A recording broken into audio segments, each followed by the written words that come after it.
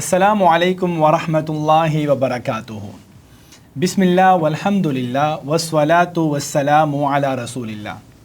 محترم ناظرین، انبیاء کرام کے قصوں پر مشتمل اس سیریز کے 11ویں ایپیسوڈ کے ساتھ حاضر خدمت ہوں۔ یہ دنیا آزمائش کا گھر ہے،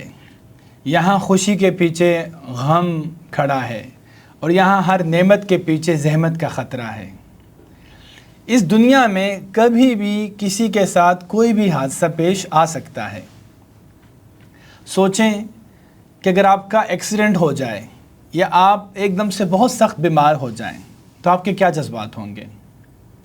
یا اگر آپ ایک بہت بڑے بزنس مین ہیں، دولت مند آدمی ہیں، اور ایک دم سے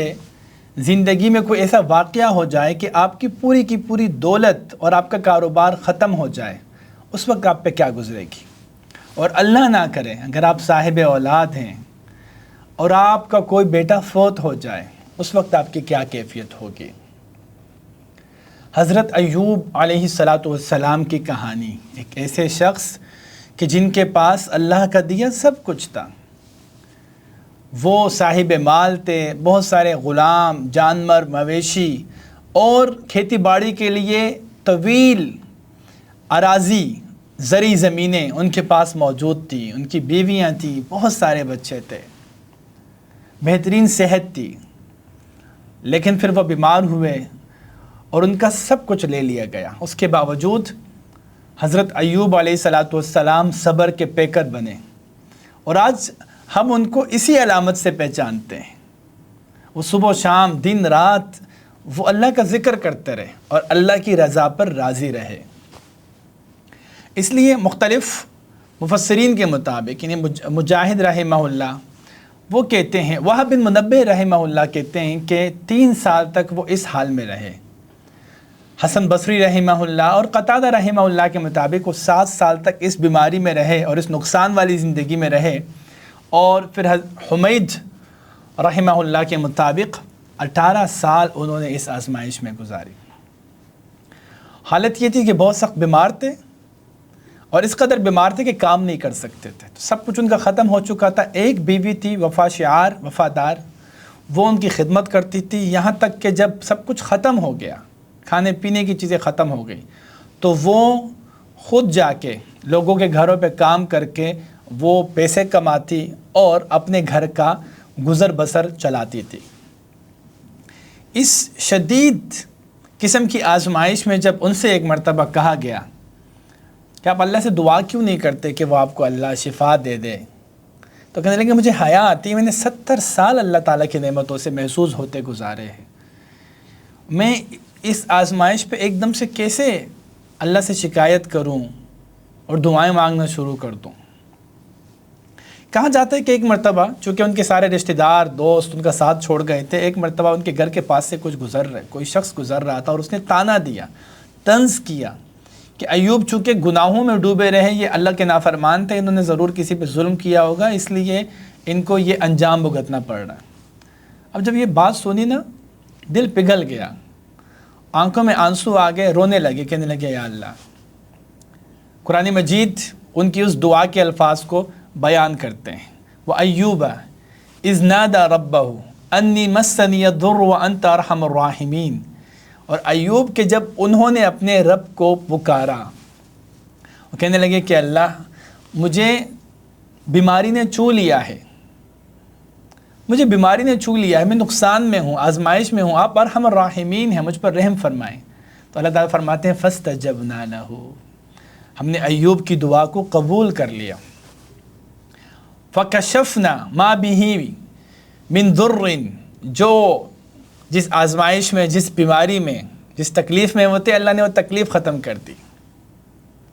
وَآتَيْنَاهُ أَهْلَهُ وَمِثْلَهُمْ مَعَهُمْ رَحْمَةً مِّنْ عِنْدِنَا وَذِكْرَىٰ لِلْعَابِدِينَ، ان کو دوبارہ ان کا پورا خاندان دے دیا، کنبہ، اہل و عیال دے دیے، بلکہ دگنے دے دیے، جتنی بڑی ان کی فیملی تھی اس سے بڑی فیملی اللہ نے عطا کی۔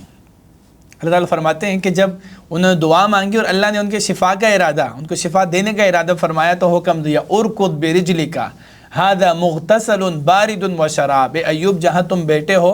اپنی ایڑی کو زمین پہ مارو، رگڑو، انہوں نے ایڑی رگڑی، اللہ نے وہاں سے چشمہ نکال دیا، اور وہ چشمہ ٹھنڈا چشمہ، اللہ نے حکم دیا ایوب اس پانی سے نہاؤ، وہ نہائے، اللہ نے حکم دیا اس پانی کو پیو، اس چشمے میں سے پیو میٹھا پانی، انہوں نے وہ چشمے کا پانی پیا، بالکل شفا یاب ہو گئے۔ اور کہا جاتا ہے کہ جب ان کی بیوی واپس آئی گھر پہ تو انہوں نے دیکھا کہ ایوب ہے نہیں، ان کی جگہ ایک نوجوان بیٹے ہوئے ہیں، تو ڈر گئی کہ کہیں ایوب کو کچھ نقصان نہ ہو گیا ہو، کوئی بھیڑیا تو ان کو لے کے نہیں چلا گیا۔ تو حضرت ایوب نے کہا کہ ارے نیک بخت، میں ہی ایوب ہوں۔ ان کو یقین نہیں آ رہا تھا، کہا میری دعا اللہ نے قبول کر لی۔ تو یہ ایوب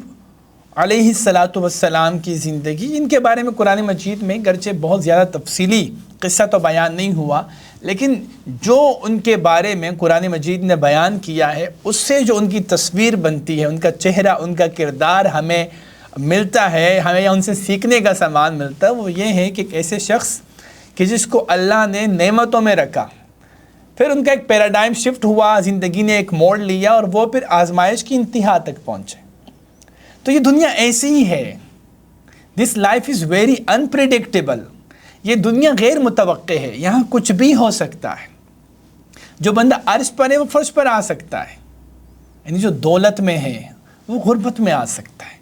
اور اسی طرح کایا پلٹ سکتی ہے، ایک بندہ آزمائش میں ہے، اس کی کایا پلٹ گئی، وہ غربت میں، مفلسی میں، وہ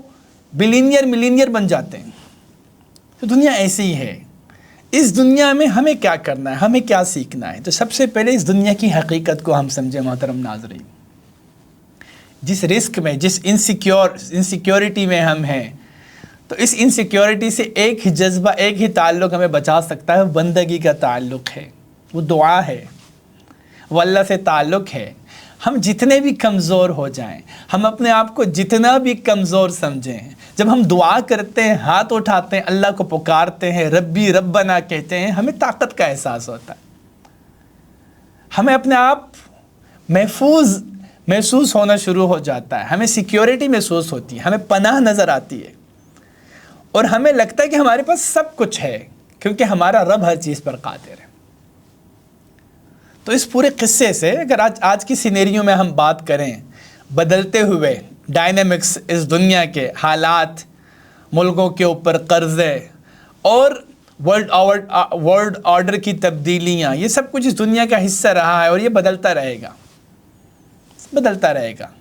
یا انفرادی طور پر، معاشرتی طور پر جس بحران کا ہم شکار ہیں، یا اس بحران سے کوئی معاشرہ نکلتا ہے، تو پہلا کام جو ہمیں کرنا ہے وہ یہ ہے کہ ہمیں اس حقیقت کو سمجھنا ہے کہ یہ دنیا ہمیشہ ایک جیسے نہیں رہے گی، ہر عروج کو زوال ہوتا ہے، اور اللہ تعالیٰ ہر تنگی کو آسانی میں بدلتے ہیں۔ اس دنیا کی حقیقت ہے۔ دوسری بات یہ ہے کہ کبھی بھی صبر کا دامن نہ چھوڑیں، صبر کریں، حضرت ایوب جتنا صبر کریں، اور صبر کے دنوں میں اپنی نعمتوں کو یاد کریں کہ اتنا ٹائم اللہ کی نعمتوں سے محظوظ ہوتے گزارا ہے، یہ تھوڑی سی آزمائش اللہ کے لیے ہے نا، اس پر صبر کریں، نا امید نہ ہو۔ جو بندہ اللہ کی نعمت سے نا امید نہیں ہوتا، اللہ اس کے حالات بدل دیتا ہے، اس کے حالات ٹھیک کر دیتا ہے،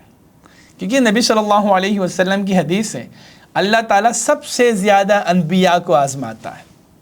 پھر اس کے بعد جو ایمان میں زیادہ ہو، اور اس کے بعد جو کم درجے کا ہو۔ آپ صلی اللہ علیہ وسلم نے فرمایا، آدمی کو اس کے دین کی مضبوطی کے مطابق آزمایا جاتا ہے، جتنا دین میں مضبوط ہے اتنا امتحان شدید، جتنا کمزور ہے آزمائش کم۔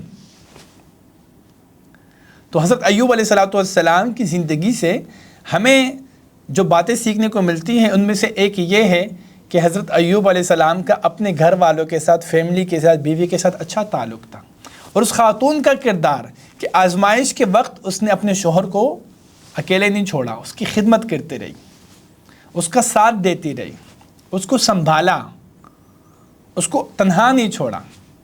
اور اس میں ہمارے لیے سیکھنے کا سامان ہے، ہماری ماں اور بہنوں کے لیے، اور ہے اس دور میں بھی کچھ خواتین کہ جن کی باتیں، جن کی کہانیاں، جن کے قصے ہم تک پہنچ جاتے ہیں کہ کس طرح انہوں نے اپنے شوہروں کو سہارا دیا اور سنبھالا، اور ان کے لیے پھر وہی خوشخبریاں ہیں جو ایسی نیک خواتین کے لیے ہونی چاہیے اور ہوتی ہیں، جس کا وعدہ کیا اللہ نے۔ تو محترم ناظرین، حضرت ایوب علیہ السلام کی زندگی، اس میں ہمیں اس قصے کو پڑھنا ہے، اس قصے کو سمجھنا ہے، اس پر تدبر کرنا ہے، اپنے بچوں کو پڑھانا ہے، اور اس قصے کو ایک کیس اسٹڈی کے طور پر، ایک فریم ورک کے طور پر، کہ اگر زندگی کبھی آزمائش میں ڈال دے، کبھی کھائی میں گر جائیں، کبھی بیمار ہو جائیں، ایکسیڈنٹ ہو جائے، بچہ فوت ہو جائے اور دولت ختم ہو جائے، تو مایوس نہیں ہونا، دوبارہ کوشش کرنی ہے، دعائیں کرنی ہیں، اللہ کے ساتھ تعلق بنانا ہے، اللہ کی رحمت سے مایوس نہیں ہونا اور صبر کرنا ہے۔ جب ہم اس مزاج کے مطابق، ایوبی مزاج کے مطابق ہم چلیں گے، اپنی زندگی کو گزاریں گے، تو اس قصے کی مدد سے، اس قصے کی روشنی میں اللہ نے ہمیں یہ تعلیم دی ہے کہ ہم اپنی تربیت اس کے مطابق کریں، ہم اپنی تربیت اس قصے کے مطابق کریں، ہم ویسے ہو جائیں جیسے حضرت ایوب تھے، ہمارا ایٹیٹیوڈ ویسے ہی ہو جائے جیسے حضرت ایوب علیہ السلام کا ایٹیٹیوڈ تھا۔ تو محترم ناظرین، اسی کے ساتھ ہی ہماری آج کی ایپیسوڈ اپنے اختتام کو پہنچتی ہے۔ آپ سے ملاقات کریں گے انشاءاللہ نیکسٹ ایپیسوڈ میں، تب تک کے لیے اجازت دیں۔ سبحانک اللہم و بحمدک، نشہد ان لا الہ الا انت، نستغفرک و نتوب الیک۔ جزاکم اللہ خیرا۔ السلام علیکم ورحمۃ اللہ وبرکاتہ۔